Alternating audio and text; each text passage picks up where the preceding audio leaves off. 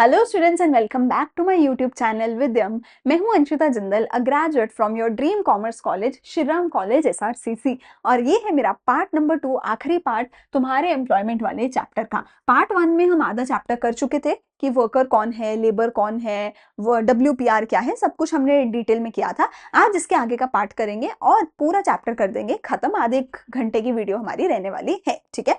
सबसे पहले वीडियो शुरू करने से पहले अगर मेरे नोट चाहिए तो टेलीग्राम पे जाके चैनल फॉलो कर लो, सारे प्लेलिस्ट सेव कर लो सो दैट वहां से आप हर सब्जेक्ट का कोई भी लेक्चर देख सको। एंड मुझे कमेंट सेक्शन में जाके प्रॉमिस करो कि I will complete this lecture so that जब तक लेक्चर पूरा नहीं हो जाता तुम उठ के कहीं जा ना सको। बोलकर जाओ कि yes I will complete the lecture. और जल्दी से हमारे लेक्चर को करते हैं स्टार्ट। सो पार्ट नंबर 1 में हमने WPR वर्कर पॉपुलेशन रेशियो तक सारा कुछ खत्म कर लिया था। तो पार्ट नंबर 1 में हमने करा कि वर्कर कौन है, वर्कफोर्स क्या है, लेबर फोर्स क्या है, उनकी डेफिनेशंस पढ़ी, रेगुलर वर्कर कौन है, कैजुअल वर्कर कौन है, वो सब पढ़ा, और फिर वर्कर पॉपुलेशन रेशियो पढ़ा। और मैंने तुम्हें एक चीज लास्ट पार्ट में भी बोली थी जो मैं अभी बता दूंगी कि नंबर्स याद करने की जरूरत नहीं है, ठीक है। जितना भी हम टेबल्स देखेंगे, नंबर्स देखेंगे, इनको याद करने की जरूरत नहीं है। तो फिर ये करना क्या है इनका? तो करना ये है, मैंने पिछली वीडियो में भी बड़े बड़े पुराण सुनाए थे, बताया था भैया कि ये नंबर ऐसा क्यों है, ये नंबर ऐसा क्यों है। तो तुम्हें ना ये जो नीचे चीजें लिखी होती हैं नंबर्स के साथ कि भैया विमेन ज्यादा क्यों है रूरल एरिया में, ऐसा मेल का प्रपोर्शन ज्यादा क्यों है, ये ऐसा क्यों है, उस पर क्वेश्चन आएगा। क्वेश्चन ये नहीं बोलेगा कि भैया विमेन कितना % है, वो ये नहीं बोलेगा। क्वेश्चन बोलेगा कि जो विमेन है वो 50% क्यों नहीं है, मेल 50% है, विमेन तो 16% है सिर्फ इस चीज में, ऐसा क्यों है। क्वेश्चन रीजन पूछेगा, नंबर नहीं पूछेगा। तो मैंने रीजंस पिछली वीडियो में अच्छे समझाए थे, तुम्हें वो रीजंस पता होने चाहिए। नंबर्स याद ना ही करो, ना भी करो तो चलेगा, एक आइडिया होना चाहिए नंबर्स का, थोड़ा थोड़ा आइडिया, रफ आइडिया होना चाहिए। जो 2-4 बार पढ़ोगे तो अंदाजा हो जाएगा कि अच्छा विमेन कहाँ ज्यादा है, कहाँ कम है, एंड सो ऑन, ठीक है। अच्छा, अगली चीज अब आज जो हमें शुरू करनी थी वो हमें क्या करना था distribution of workforce by industry. ये एक टेबल है, इस टेबल की मदद से हमें आज के लेक्चर में काफी और चीजें समझनी थी, ठीक है। आपके इस टेबल के अराउंड ही टोटल 2-3 और जो है पाई चार्ट दे रखे होंगे। उन पाई चार्ट का भी जितना भी सारा इंफॉर्मेशन है वो सारा इकट्ठा करके हमने एक ही टेबल में पढ़ना है, ठीक है। आपकी बुक में इस टेबल के आसपास 1-2 और पाई चार्ट दे रखे होंगे, उनमें भी सेम ही डाटा होगा जो इस टेबल में हम पढ़ रहे हैं, ठीक है। इस टेबल में हम 3 चीजें पढ़ते हैं। हाँ, इस टेबल में एक तो हम जेंडर वाइज पढ़ रहे हैं, मेल और फीमेल का। दूसरा हम एरिया वाइज पढ़ रहे हैं, रूरल एंड अर्बन का। तीसरा हम इंडस्ट्री वाइज पढ़ रहे हैं, ठीक है। इंडस्ट्री वाइज पढ़ रहे हैं, प्राइमरी सेकेंडरी टर्शरी सेक्टर के वाइज हम तीसरा पढ़ेंगे, ठीक है। अब प्लेस ऑफ रेजिडेंस, जेंडर और प्राइमरी सेकेंडरी टर्शरी तीनों पढ़ना है। प्राइमरी का मतलब क्या होता है? प्राइमरी का मतलब क्या होता है? प्राइमरी का मतलब होता है बेसिकली ऐसी चीजें जो नेचर से रिलेटेड है, ठीक है। सिंपल भाषा में बोला जाए तो मेजरली इसमें एग्रीकल्चर ही आता है, ठीक है। सेकेंडरी सेक्टर में बोला जाए तो बेसिकली आपकी इसमें आती है मैन्युफैक्चरिंग। आपकी बेसिकली इसमें क्या आती है? मैन्युफैक्चरिंग, ठीक है। सर्विस सेक्टर में बोला जाए तो बेसिकली आपकी इसमें आती है IT जैसे सेक्टर्स, ठीक है। इंटरनेट से रिलेटेड सेक्टर्स, टेक्नोलॉजी से रिलेटेड सेक्टर्स, जहां पे हम अपनी सर्विसेज कुछ ना कुछ दे सकते हैं, ठीक है। अब इन तीनों का तुम देखो स्प्लिट। तुम देखो एग्रीकल्चर है सबसे ज्यादा। एग्रीकल्चर सबसे ज्यादा क्यों है? क्योंकि आज भी हमारे देश के लोग गरीब है। एग्रीकल्चर सबसे ज्यादा क्यों है? क्योंकि आज भी हमारे देश के लोग गरीब हैं। वो गरीबी से बाहर नहीं निकल पा रहे, तो वो रूरल एरिया से बाहर नहीं निकल पा रहे, उनके पास कोई पढ़ाई लिखाई, कोई एजुकेशन नहीं है, ठीक है। और इसीलिए क्योंकि वो गरीब है, वो अनपढ़ है, वो रूरल एरिया में बैठे हैं, तो वो आज भी एग्रीकल्चर में ही लगे हुए हैं बहुत सारे लोग, ठीक है। हाँ, बहुत सारे ऐसे फार्मर्स हैं जो बहुत अमीर भी हैं, जरूरी नहीं है कि हर फार्मर गरीब है। स्पेशली पंजाब साइड पे काफी फार्मर्स काफी रिच हैं, लेकिन we are talking about those people जिनके पास लैंड भी बहुत थोड़ा थोड़ा है। मतलब जो फार्मर है पर बहुत गरीब फार्मर्स है, उनकी बात हो रही है, ठीक है। तो और मोस्टली वैसे मोस्टली फार्मर्स जो है गरीबी में है, इसीलिए फार्मिंग में है, ठीक है। तो पुअर है, ठीक है, रूरल एरियाज में है, अनएजुकेटेड है, इसलिए वो एग्रीकल्चर में है। उनके पास कोई सेकंड ऑप्शन है ही नहीं। उनके पास कोई सेकंड ऑप्शन है ही नहीं कि वो करें तो करें क्या, वो करें तो करें क्या, ठीक है। प्लस प्लस बहुत सारा डिसगाइज्ड अनएम्प्लॉयमेंट है। हमारे एग्रीकल्चर में बहुत ज्यादा क्या है, डिसगाइज्ड अनएम्प्लॉयमेंट है, ठीक है, कि पूरा परिवार मिलके छोटे से लैंड पे एग्रीकल्चर कर रहा है। अरे पूरे परिवार की जरूरत ही नहीं थी, सिर्फ 2 लोग मिलके खेती बाड़ी कर सकते थे, पर क्योंकि पूरा परिवार वेला ही बैठा है तो सब लोग मिलके कर रहे हैं। और फिर सरकार को बताते हैं कि हम तो पूरा परिवार खेती बाड़ी करता है, सरकार को लग रहा है भैया 6 लोग काम कर रहे हैं। अरे 6 लोग की तो जरूरत ही नहीं थी, 4 लोग तो बिल्कुल बस हाथ बटा रहे हैं, एक्चुअल में ऐड ऑन कुछ नहीं कर रहे हैं। तो डिसगाइज्ड अनएम्प्लॉयमेंट तुम सबको पता ही होगा, डिसगाइज्ड अनएम्प्लॉयमेंट है बहुत ज्यादा एग्रीकल्चर में, जिस वजह से भी ये नंबर इन्फ्लेटेड हो जाता है, ठीक है। सो 44.6% लोग आज भी एग्रीकल्चर में हैं। हमारा सर्विस सेक्टर ज्यादा तेज हुआ है, इंफ्रास्ट्रक्चर मैन्युफैक्चरिंग सेक्टर कम है। ये चीज तुमने अपने चैप्टर नंबर 3 ऑनवर्ड्स भी पढ़ी होगी, हमने चैप्टर 3 में भी पढ़ा था कि हमारा जो इंडस्ट्रियल सेक्टर है वो इतना तेजी से ग्रो नहीं हुआ है, सर्विस सेक्टर तेजी से ग्रो हुआ है। क्यों? क्योंकि बेटा जब मैन्युफैक्चरिंग आपको करनी पड़ती है ना, तो उसके लिए आपको बहुत हैवी इन्वेस्टमेंट चाहिए होती है, ठीक है। अगर उसके लिए तुम्हें बहुत बड़ी बड़ी फैक्ट्रीज इंडस्ट्रीज खोलनी पड़ती हैं, वो सब हमारे पास नहीं था, वो सब हम नहीं कर पाए। सर्विस सेक्टर हमारा बहुत अच्छा है। सर्विस सेक्टर में तुम्हें चाहिए पढ़े लिखे इंजीनियर लोग जो आईटी सर्विसेज दे सके। तो सर्विस सेक्टर हमारा बहुत स्ट्रांग हो गया, क्योंकि इंडियंस हार्ड वर्किंग तो होते ही हैं, आईआईटीएंस हैं हमारे पास, तो वो फॉरेन कंपनीज को इंडिया में बैठ के सर्विसेज दे रही हैं। तो सर्विस का एक्सपोर्ट भी हमारा काफी ज्यादा स्ट्रांग है, ठीक है। तो सर्विस सेक्टर हमारा काफी ग्रो किया, ठीक है। ये तो हो गई एक बात। अच्छा, इंडस्ट्री का तुमने ये भी पढ़ा होगा कि सेकंड चैप्टर में हमने पढ़ा होगा 1990 से पहले हमारी इंडस्ट्रीज काफी खराब हो गई थी, जब सरकार जो है प्राइवेट सेक्टर को एंटर नहीं करने देती थी, तो थोड़ा वो भी हमारा इफेक्ट है, इंडस्ट्रीज उस टाइम पे भी काफी हमारी तबाह हुई थी, ठीक है।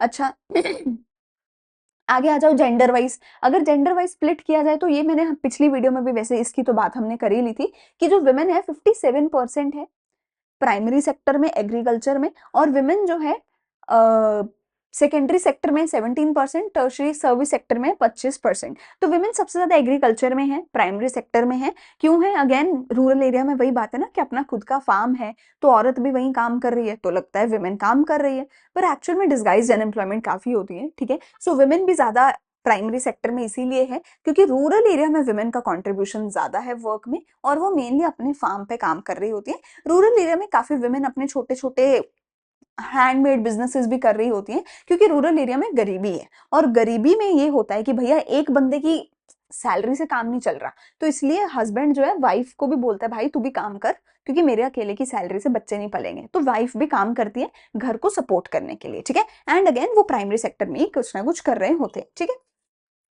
मेल के केस में देखा जाए तो फिर से मेल भी सबसे ज्यादा तो इसी में है, बट वो बाकी चीजों में भी है। तुम देखो सर्विस सेक्टर में भी मेल्स काफी ज्यादा है, अगेन जो आईटी वाला सेक्टर है, ठीक है, जो पढ़े लिखे इंजीनियर्स हैं, ठीक है। इंजीनियर्स का तुम सुनते ही हो कि भाई इंजीनियरिंग कॉलेज में औरत तो होती नहीं है, उनको विमेन तो दिखती नहीं है, पूरी क्लास में 1 या 2 लड़कियां होती हैं, लड़के ज्यादा होते हैं, ठीक है। सो सर्विस सेक्टर में भी इसीलिए मेल्स हमें ज्यादा देखने को यहाँ मिलते हैं, ठीक है।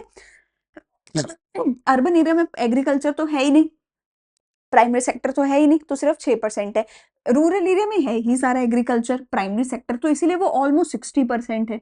मतलब देख लो 10 गुना ज्यादा, यहाँ सिर्फ 6% है एग्रीकल्चर, यहाँ 60% है। क्यों? क्योंकि एग्रीकल्चर तो सारा रूरल एरिया में है ना भैया, रूरल एरिया के लोगों के पास एजुकेशन नहीं है, स्कूल नहीं है, और कुछ ऑप्शन ही नहीं है, बड़ी बड़ी कंपनीज नहीं है, कॉर्पोरेट्स नहीं है, तो इसलिए वो लोग कहाँ भैया सर्विस सेक्टर में काम करेंगे बताओ। अर्बन एरिया वाले कर ही सारे सर्विस सेक्टर में रहे हैं, अर्बन एरिया वाले सारे लोग कहाँ बैठे हैं? कॉर्पोरेट्स के ऑफिसेज में। अर्बन एरिया में क्या होता है? गुड़गांव में, दिल्ली में, मुंबई में क्या होता है? बड़ी बड़ी बिल्डिंग्स हैं, बिल्डिंग्स के अंदर ऑफिस है, ऑफिस के अंदर लोग जाते हैं, काम करते हैं, सैलरी लेते हैं, है ना। तो वो क्या कर रहे होते हैं? वो अपनी सर्विसेज दे रहे होते हैं, वो सर्विस सेक्टर में काम कर रहे होते हैं सारे ऑफिसेज वो मोस्टली, ठीक है। आईटी के सेक्टर में, कंसल्टिंग के सेक्टर में काम कर रहे होते हैं, फाइनेंस के सेक्टर में काम कर रहे होते हैं, ठीक है। सो अर्बन एरिया में सबसे ज्यादा क्या है हमारा ये सेकेंडरी सेक्टर देखो, यहाँ 20% है, यहाँ 34% है। यहाँ जो है मैन्युफैक्चरिंग कम है, क्योंकि रूरल एरिया में इंडस्ट्रीज कम होती है, इंडस्ट्रीज भी ज्यादा अर्बन एरिया में ही होती हैं, तो इसलिए यहाँ इंडस्ट्री भी काफी कम है, ठीक है। चलो ये टेबल हो गया, आगे चलते हैं। अगला मेरे पास टॉपिक आता है growth and changing structure of employment. यहाँ पर मेरे पास सिर्फ एक इंपॉर्टेंट टॉपिक है जो कि मेरा क्या है, जॉबलेस ग्रोथ के बारे में है। तो अगर तुम ये टेबल, अगर तुम ये ग्राफ देखो, इस ग्राफ में तुम दिख रहा है, ये जो ऊपर वाली ब्लू लाइन है ये हमारा जीडीपी है, जो नीचे वाली रेड लाइन है ये हमारा एम्प्लॉयमेंट है, ठीक है। इफ यू सी 1950 से लेकर अभी हम आ गए 2010-12 तक, इफ यू सी हमारी जीडीपी धीरे धीरे ग्रो करी, यहाँ पे चलो बीच में थोड़ा नीचे आ गई, बट ग्रो करते करते करते करते जीडीपी का अब जो ग्रोथ का परसेंटेज चल रहा है 7% पे चल रहा है, 7.8 चल रहा है, ठीक है। लेकिन जो एम्प्लॉयमेंट है, एम्प्लॉयमेंट सेम रेट से नहीं बढ़ी। मतलब तुम देखो पहले गैप कितना कम था, जीडीपी और एम्प्लॉयमेंट में गैप कितना कम था, धीरे धीरे गैप बढ़ा बढ़ा और बहुत ज्यादा बढ़ गया। मतलब एम्प्लॉयमेंट तो लोगों को मिल ही नहीं रही है, लेकिन फिर भी जीडीपी बढ़ती जा रही है। क्या मतलब है इसका? जीडीपी बढ़ना मतलब जीडीपी बढ़ने का क्या मतलब है कि हमारे देश में ज्यादा पैसा कमाया जा रहा है, ज्यादा गुड्स एंड सर्विसेज बनाई जा रही हैं, ठीक है, ज्यादा पैसा आ रहा है हमारे देश के लोगों के पास, ठीक है। लेकिन वो पैसा कहाँ से आएगा? वो पैसा आएगा काम करके, वो पैसा आएगा काम करके, एम्प्लॉयमेंट से। लेकिन एम्प्लॉयमेंट तो लोगों को मिल ही नहीं रही, एम्प्लॉयमेंट तो लोगों को मिल ही नहीं रही, तो ये जीडीपी का पैसा आ रहा है, ये कहाँ से आ रहा है? ये पैसा आ रहा है टेक्नोलॉजी से। हमारे देश में क्या हो रहा है बेटा, हमारे देश में जो बड़े बड़े लोग हैं वो टेक्नोलॉजी से काम करवा रहे हैं, वो लोगों से काम नहीं करवा रहे। हमारे देश में अगर एक सेक्टर जो बहुत ज्यादा इंक्रीज हुआ है कुछ सालों में, वो है सर्विस सेक्टर। सर्विस सेक्टर में बेटा टेक्नोलॉजी ज्यादा यूज होती है और एक्चुअल जो लेबर होती है, जो इंसान होते हैं, वो कम यूज होते हैं, ठीक है। और सर्विस सेक्टर ही है हमारा जो ग्रो कर रहा है। अगर हमारा इंडस्ट्री ग्रो कर रही होती तो इंडस्ट्री में लेबर की बहुत भारी भरकम जरूरत होती है, पर इंडस्ट्री तो मेरी ग्रो ही नहीं कर रही। ग्रो क्या कर रहा है? Service sector. सर्विस सेक्टर में टेक्नोलॉजी जो कि आज की डेट में आ गया है एआई, वो बहुत ज्यादा काम कर देता है इंसान वाला, तो इंसान काम कर ही नहीं पा रहा। तो सर्विस सेक्टर में क्या हो रहा है? कंपनीज बड़ी बनती जा रही हैं, ज्यादा सर्विसेज देती जा रही हैं, ज्यादा पैसा बनाती जा रही हैं, पर वो पैसा कहाँ जा रहा है? वो पैसा जा रहा है उन कंपनीज के पास, उन टेक्नोलॉजीज को खरीदने में। वो पैसा इंसानों की जेब में नहीं जा रहा, क्योंकि इंसान काम नहीं कर पा रहे, क्योंकि इंसान को नौकरी मिल ही नहीं रही। मतलब मिल रही है पर उस रेट से नहीं मिल रही जिस रेट से जीडीपी ग्रो हो रही है। सो अगर जीडीपी ग्रो हो रही है without an increase in employment, तो इसको बोला जाता है जॉबलेस ग्रोथ। कि ग्रोथ हो रही है, जीडीपी ग्रो हो रहा है, देश ग्रो हो रहा है, इकोनॉमी ग्रो हो रही है, पर जॉब्स ग्रो नहीं हो रही हैं। जॉब्स तो लोगों को मिल ही नहीं रही हैं, ठीक है। So when the economy is able to produce more goods and services without increase in the employment, proportionately उतना इंक्रीज एम्प्लॉयमेंट में नहीं हो रहा जितना इंक्रीज जीडीपी में हो रहा है। Economy tends to rise due to technology without any increase in the level of employment, ठीक है। सो इकोनॉमी बढ़ रही है, जीडीपी बढ़ रही है, लेकिन हमारे देश के लोगों को नौकरियां नहीं मिल रही हैं। इसी चीज को जॉबलेस ग्रोथ बोला जा रहा है, ठीक है। ठीक है जी, चलो अगली चीज आती है ट्रेंड्स। अगली चीज मेरे पास है ट्रेंड्स, कि हम अब पिछले 1970 से लेके अभी तक का ट्रेंड देखें कि किस चीज में कितना इंक्रीज या डिक्रीज हुआ है। सो इफ यू सी 1970 से लेके अब तक हमारा पहले पूरा ही देश, ऑलमोस्ट पूरा ही देश, 75% ऑफ पीपल, ऑलमोस्ट 75%, 75% अपना कितना हो गया? 75% ऑलमोस्ट अपना कितना हो गया? 3/4 ऑफ द कंट्री वो एग्रीकल्चर में थी। लेकिन अब कम करते करते करते करते हम 50% से भी नीचे ले आए हैं, हाफ से भी नीचे ले आए हैं, 44 पे आ गया है प्राइमरी सेक्टर एग्रीकल्चर। देखो बेटा एग्रीकल्चर में ना तुम्हें पता है प्रॉब्लम्स बहुत सारी हैं। डिसगाइज्ड अनएम्प्लॉयमेंट है, ठीक है, वो सीजनल होता है, ठीक है, नेचर पे डिपेंडेंट होता है, ठीक है। तो इसलिए एग्रीकल्चर में तुम कितना भी कर लो तुम्हारी इनकम ना कम ही रहती है, इनकम कम ही रहती है। क्यों? क्योंकि कभी बारिश नहीं हुई, कभी बारिश बहुत ज्यादा हो गई, कभी कुछ हो गया, कभी कुछ हो गया, ठीक है ना। तो एग्रीकल्चर में इसीलिए ज्यादा डिपेंडेंट होना एग्रीकल्चर पे ठीक बात नहीं है किसी भी देश के लिए। एंड जो देश ज्यादा एग्रीकल्चर डिपेंडेंट होता है वो देश गरीब ही होता है, ठीक है। जैसे जैसे देश एग्रीकल्चर से दूर हटके सेकेंडरी और टर्शरी पे जाता है, देश अमीर होने लग जाते हैं, जो कि इंडिया के साथ भी हुआ है, ठीक है। सो पहले हमारा एग्रीकल्चर सेक्टर 74.3 था। मतलब मैं तुम्हें यहाँ पे देखो नंबर्स कैसे बता रही हूँ, पहले 3/4 ऑफ पॉपुलेशन एग्रीकल्चर में थी 1970 के अराउंड, अब वो 50% से भी कम हो गई है। मतलब तुम समझ रहे हो, मैं नंबर नहीं बोल रही हूँ, मैं उसको परसेंटेज में, रेशो में बता रही हूँ, ताकि तुम्हें याद रहे और ताकि जब उसको तुम एक्सप्लेन करो तो तुम्हें पता हो कि कैसे एक्सप्लेन करना है।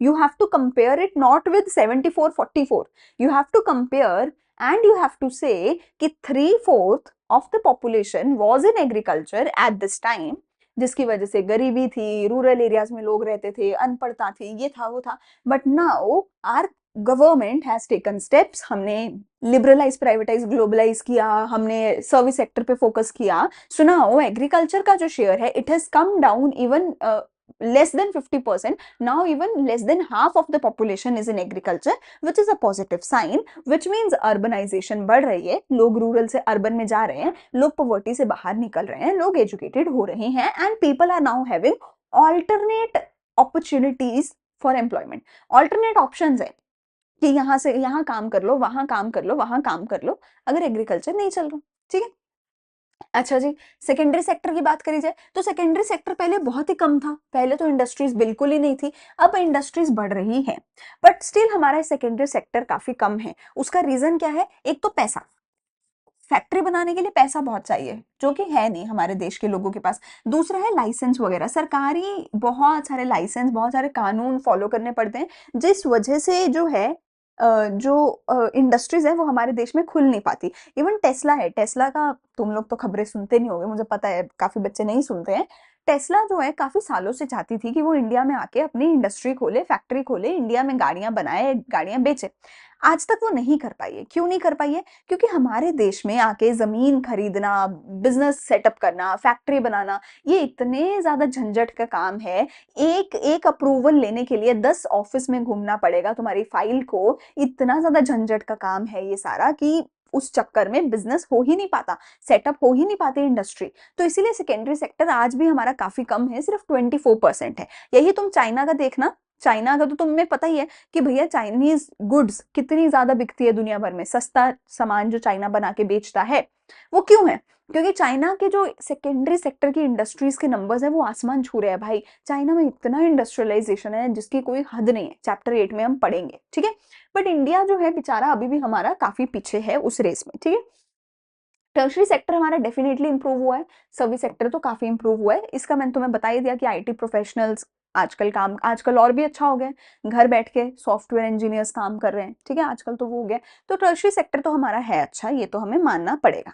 ठीक है, स्टेटस वाइज बात करी जाए, सेल्फ एम्प्लॉयड, रेगुलर और कैजुअल में कितना फर्क हुआ है? सेल्फ एम्प्लॉयड कौन थे? एग्रीकल्चर वाले थे, है ना। तो जब एग्रीकल्चर प्राइमरी सेक्टर ही इतना रिड्यूस हो गया तो ये भी रिड्यूस हुए ही होंगे, तो ये 61 से 52 पे आ गए, ऑब्वियस बात है।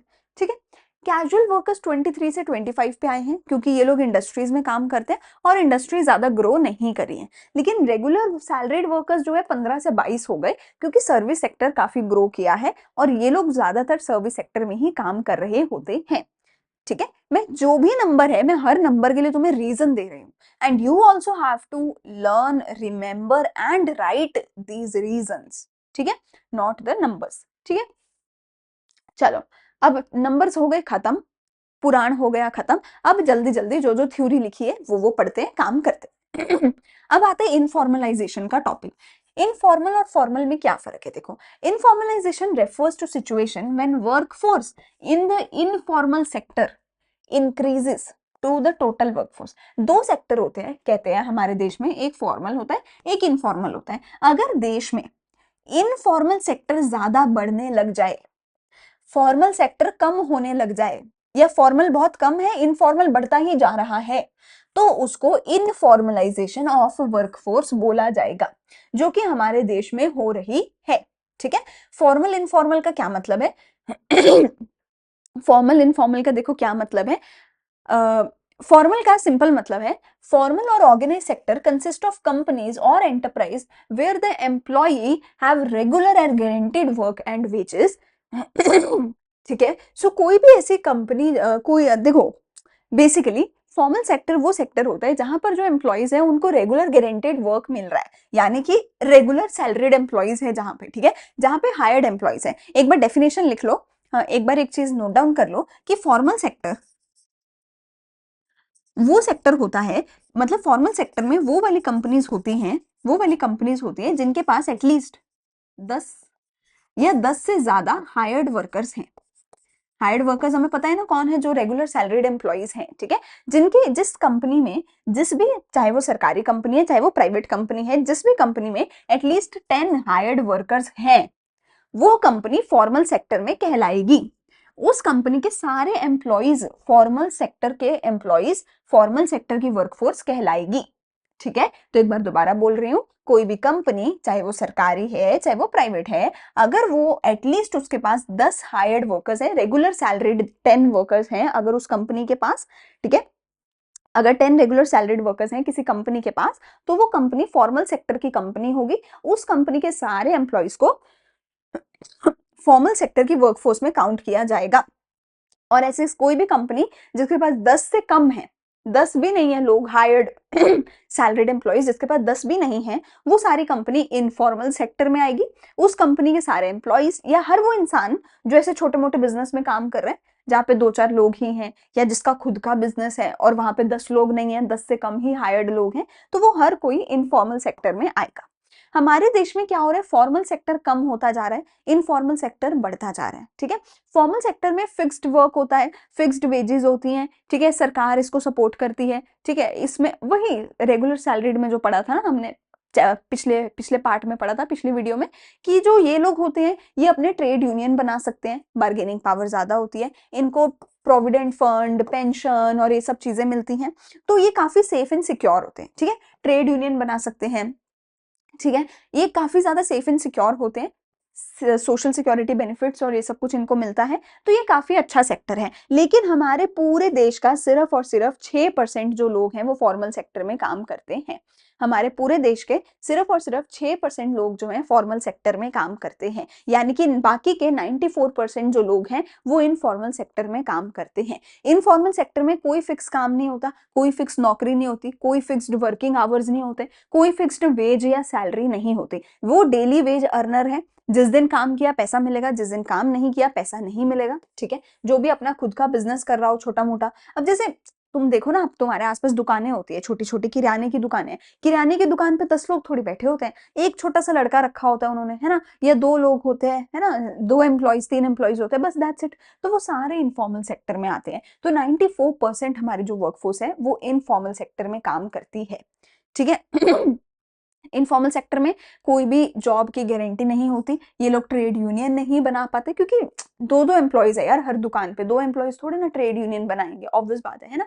इनका कोई प्रोविडेंट फंड, पेंशन, ग्रेचुटी, इनको कुछ ऐसा पेंशन वेंशन नहीं मिलता, ये रिटायर हो गए उसके बाद इनको कोई पैसा नहीं देने वाला है। ठीक है, चलो फिर आती है distribution of workforce, formal informal में वर्कफोर्स कितनी है। ठीक है, सो अगर हम देखें तो हमारे फॉर्मल सेक्टर में 24 मिलियन, ठीक है, 24 मिलियन यानी कि ऑलमोस्ट 2.4 करोड़ लोग जो है मेल्स फॉर्मल सेक्टर में, 6 मिलियन यानी कि 60 लाख फीमेल जो है वो फॉर्मल सेक्टर में है। टोटल 30 मिलियन, टोटल 30 मिलियन जो लोग हैं, यानी कि अपना कितना हो गया, 3 करोड़ टोटल जो लोग हैं वो फॉर्मल सेक्टर में हैं, और 443 मिलियन, 44 करोड़ लोग जो हैं हमारे इनफॉर्मल सेक्टर में है। 310 million males, 133 million females informal sector में काम कर रही है। ठीक है, सो जो फॉर्मल सेक्टर है उसमें बहुत सारे बेनिफिट्स हैं, सोशल सिक्योरिटी है, ट्रेड यूनियन बना पाते हैं, बहुत कुछ है, लेकिन स्टिल भैया हमारा ऑलमोस्ट पूरा ही देश जो है इनफॉर्मल सेक्टर में काम कर रहा है।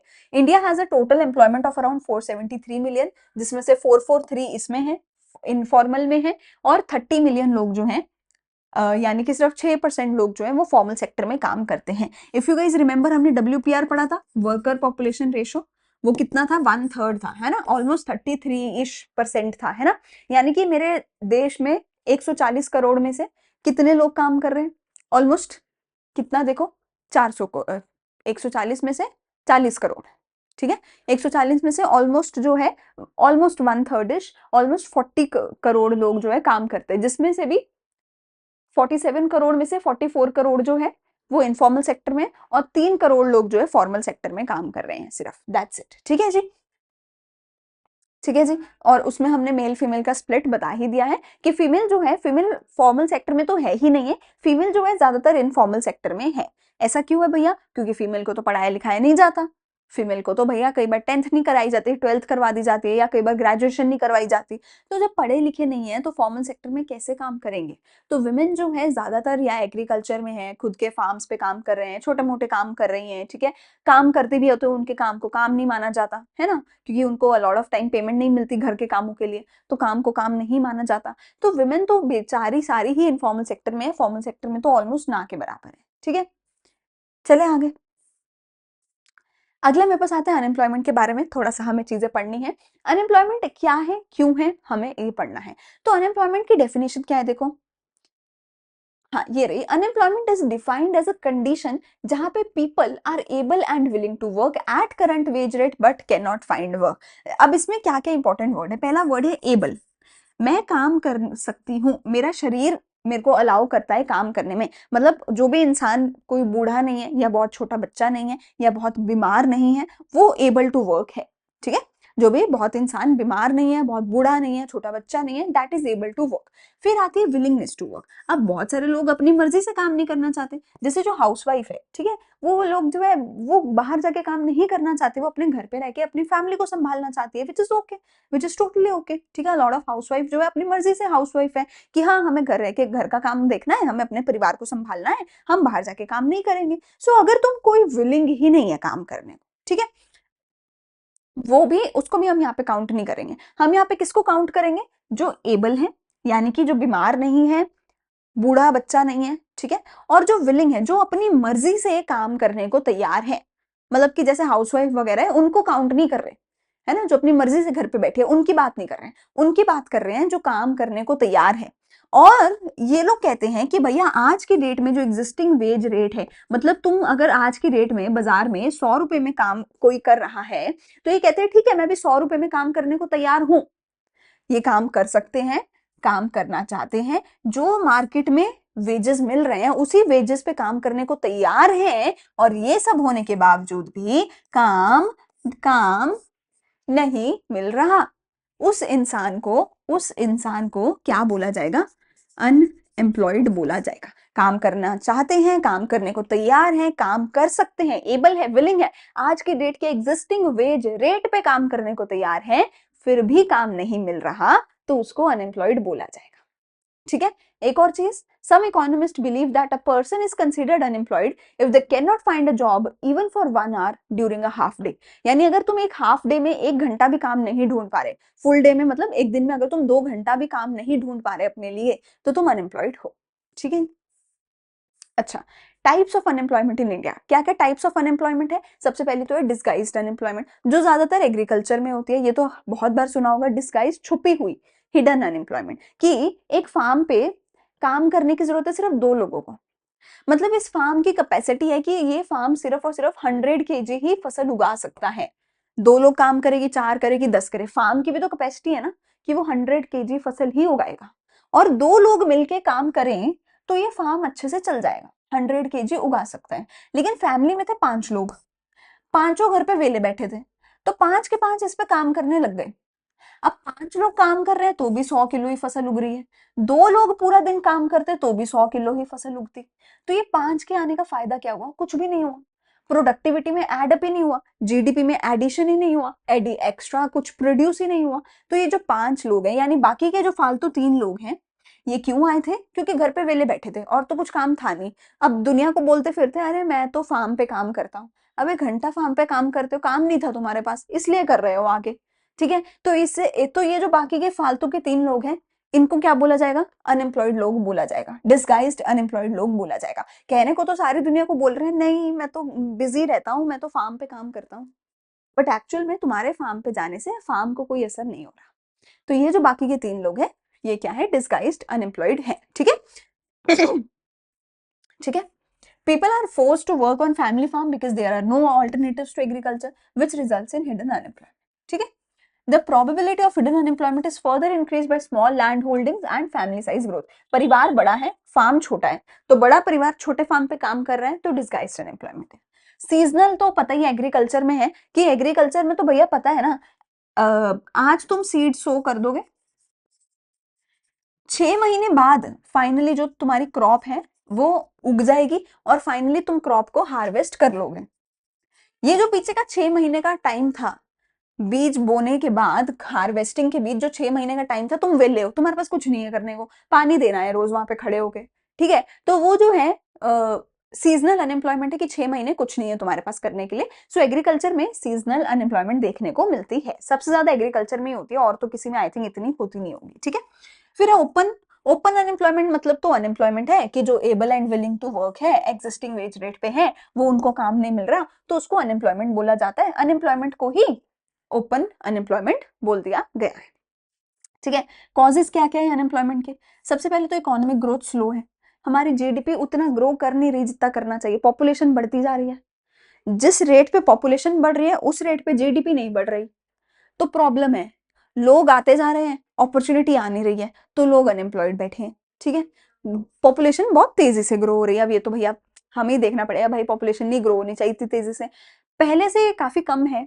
ठीक है, population growth rate, but still काफी ज्यादा है। ठीक है, एग्रीकल्चर सीजनल है, तो सीजन के टाइम बीच के 3-4 महीने तुम अनएम्प्लॉयड बैठे हो, और प्रॉब्लम है भैया कि लोगों के पास ऑप्शन ही नहीं है एग्रीकल्चर छोड़ के कहीं और जाने की, क्योंकि हमारे देश में अपॉर्चुनिटी ही नहीं है कुछ और करने की। अच्छा, पंजाब के लोगों ने तो देख लिया भैया कि भैया यहाँ कुछ नहीं हो सकता, तो या तो वो एग्रीकल्चर में है या वो कनाडा है, उनके पास और कोई दूसरा ऑप्शन ही नहीं है, या तो अपने खुद पे एग्रीकल्चर कर लो अपने जमीन पे, या फिर उसी जमीन को बेचो और कनाडा चले जाओ, इंडिया में और कुछ नहीं है। पंजाब के लोगों को तो आ गया समझ। ठीक है, सो एग्रीकल्चर सीजनल है, और एग्रीकल्चर के अलावा और कोई ऑप्शन नहीं है हमारे देश में, ऑप्शन ही नहीं है।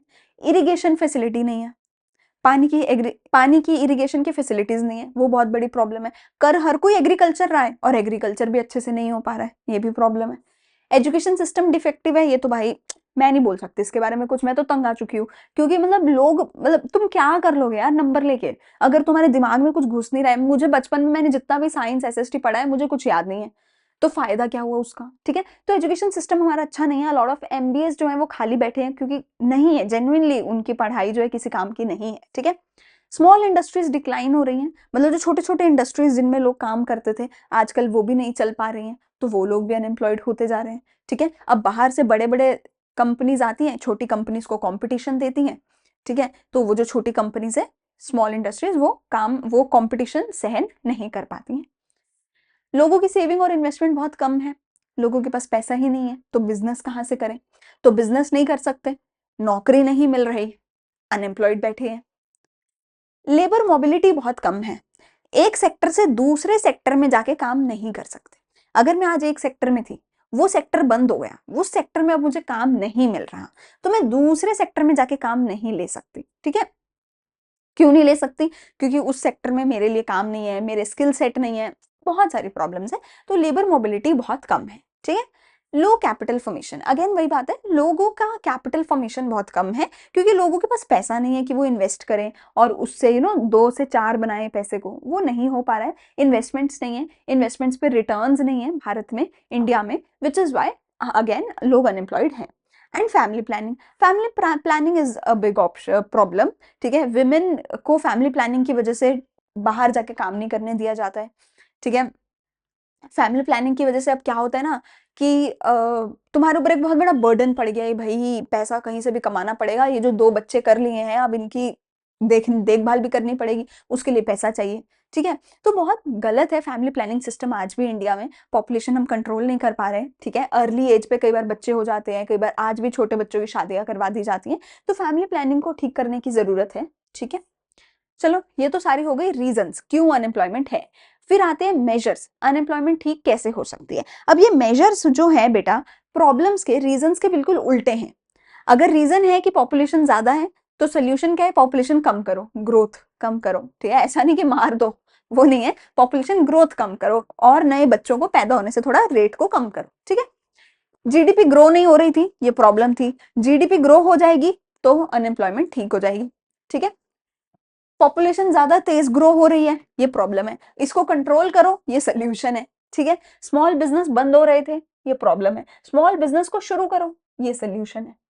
ठीक है, एग्रीकल्चर सेक्टर में क्या हमने पढ़ा था कि डिसगाइज अनएम्प्लॉयमेंट है, सीजनल अनएम्प्लॉयमेंट है ना, इरिगेशन की प्रॉब्लम है, उन प्रॉब्लम्स को सॉल्व करो, एग्रीकल्चर को डेवलप करो, ये सोल्यूशन है। ठीक है, सो जो भी प्रॉब्लम थी उसका उल्टा लिख कर आ जाओ तो सोल्यूशन हो जाएगा, सिंपल। इंफ्रास्ट्रक्चर नहीं था, ये प्रॉब्लम है, इंफ्रास्ट्रक्चर सही कर दो तो एम्प्लॉयमेंट मिल जाएगी। ठीक है, एम्प्लॉयमेंट एक्सचेंजेस सरकार लेकर आती है। एम्प्लॉयमेंट एक्सचेंज बेसिकली एक ऑर्गेनाइजेशन होती है जहां पे सरकार कंपनीज को और अनएम्प्लॉयड लोगों को आपस में मिलवाती है और लोगों को नौकरियां दिलवाती है। तो वो लेकर आओ और वो अच्छे से चलाओ ताकि लोगों को नौकरी मिले। एजुकेशन खराब थी, ये प्रॉब्लम थी, एजुकेशन ठीक करो, ये सोल्यूशन है। ठीक है। अच्छा, ह्यूमन रिसोर्स की प्लानिंग अच्छे से करो। ठीक है, कि जो इंसान, अब ऐसा नहीं, अब मैं बोल रही हूँ अनएम्प्लॉयमेंट है, इसका क्या ये मतलब है कि हर कंपनी फुल कैपेसिटी पे है? नहीं, कंपनियों को लोग मिल नहीं रहे, लोगों को काम नहीं मिल रहा। क्यों? क्योंकि कंपनी को सही टाइप ऑफ लोग नहीं मिल रहे और लोगों को सही टाइप ऑफ रोल नहीं मिल रहा। तो आपस में इनको मिलवाओ, उसके लिए सही प्लेटफॉर्म लेकर आओ, वो सरकार करे, उससे एम्प्लॉयमेंट बढ़ेगी। ठीक है। लोगों को सेल्फ एम्प्लॉयमेंट चांसेस दो, लोगों के बिजनेस खड़े करवाओ, बिजनेस करवाओ, लोगों से बिजनेस बनवाओ, तो भी वो हमारे लिए एक सोल्यूशन है। और सरकार स्पेशल एम्प्लॉयमेंट प्रोग्राम्स लेकर आए ताकि लोगों को नौकरियां दी जा सके। ठीक है, ये हो गए सोल्यूशन। एक लास्ट टॉपिक क्या है कि गवर्नमेंट क्या क्या पॉलिसीज लेकर आई है एम्प्लॉयमेंट देने के लिए। ठीक है जी। तो एम्प्लॉयमेंट देने के लिए गवर्नमेंट ने क्या किया? Government has taken many initiatives since independence. सरकार ने बहुत सारे इनिशिएटिव्स लिए हैं, हमारी चाहे सेंट्रल गवर्नमेंट है या स्टेट गवर्नमेंट है, हर किसी ने बहुत सारा काम किया है। जैसे कि we all know about Mahatma Gandhi national rural MG NREGA employment generation act. ठीक है, बचपन से पढ़ते आ रहे हो एमजी नरेगा, है ना, Mahatma Gandhi national rural employment generation act. ठीक है। तो ऐसे अभी अब सरकार की क्या चल रही है? प्रधानमंत्री रोजगार योजना, PMRY। ठीक है, हर घर रोजगार योजना, अलग अलग ऐसे ऐसे सरकार की चल रही है। तो सरकार ऐसी ऐसी वो लेकर आती है, ठीक है, योजनाएं जिनके अंदर सरकार जो है लोगों को एम्प्लॉयमेंट दिलवाती है। ठीक है, गवर्नमेंट गरीबी दूर करवाती है, लोगों को काम दिलवाती है। ठीक है, all this programmes aim at employment, primary services in primary health education, rural shelter, etc. These programs aim to assist people in buying income and employment generation assets, developing community assets and construction of houses and sanitation. In schemes के under लोगों को नौकरी दी जाती है, लोगों के business help करे जाते हैं कि तुम छोटे बिजनेस सेटअप करो, सरकार हेल्प करेगी, और लोगों को गरीबी से बाहर निकल के आगे बढ़ के काम करने का मौका दिया जाता है इन प्रोग्राम्स के अंडर। तो सरकार कुछ ना कुछ करती रहती है हमारे देश के लोगों के लिए। ठीक है, तुम उसमें 2-4 स्कीम्स के नाम लिख के आ सकते हो। यहाँ पे मेरा चैप्टर पूरे का पूरा होता है खत्म। अगर यहाँ तक पूरा लेक्चर सुना है तो मुझे डन लिखकर बताना कमेंट सेक्शन में कि हाँ हमने पूरा लेक्चर खत्म कर लिया है। अगर वीडियो अच्छी लगी तो लाइक शेयर एंड सब्सक्राइब जरूर करना। अगले वीडियो में हम लेकर आएंगे अगला लेक्चर एनवायरमेंट वाले चैप्टर का, वो मैं करवाऊंगी। उसके लिए स्टे ट्यून्ड रहना। नीचे से प्लेलिस्ट का लिंक है डिस्क्रिप्शन में, वहां से जाके देख सकते हो सारे लेक्चर, सारे चैप्टर्स। नोट्स चाहिए तो टेलीग्राम पे जा सकते हो। हम मिलेंगे अगली वीडियो में अगले चैप्टर के साथ। Thank you, bye bye.